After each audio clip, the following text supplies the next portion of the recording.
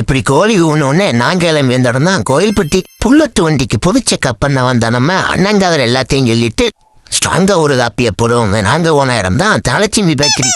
கதவை திறந்த வினாடிக்குள்ள பார்த்தா கலர் கலர் ஆயுத ஏதோ வச்சிருக்காங்க.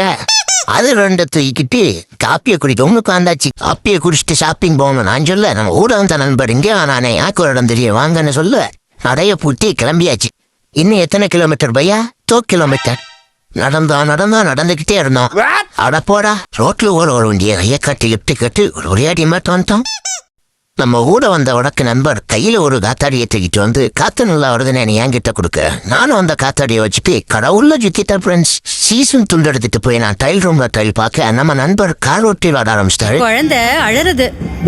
கொடுத்தாச்சா? ஒண்ணுமே எடுக்காம வந்த எங்களுக்கு பசி எடுக்க உள்ள நல்லா சாப்பிட்டு ஷோரூமுக்கு வந்தா வேலையிலும் கொஞ்சம் கொஞ்சமா முடிய ஆரம்பிச்சிடுச்சு. அப்புறம் என்ன வரண்டா சின்னசாமி. சரிடா அப்படின்னு கோயில்பட்டிக்கு ஒரு டாட்டா சொல்லிட்டு விட்டு கிளம்பியாச்சு.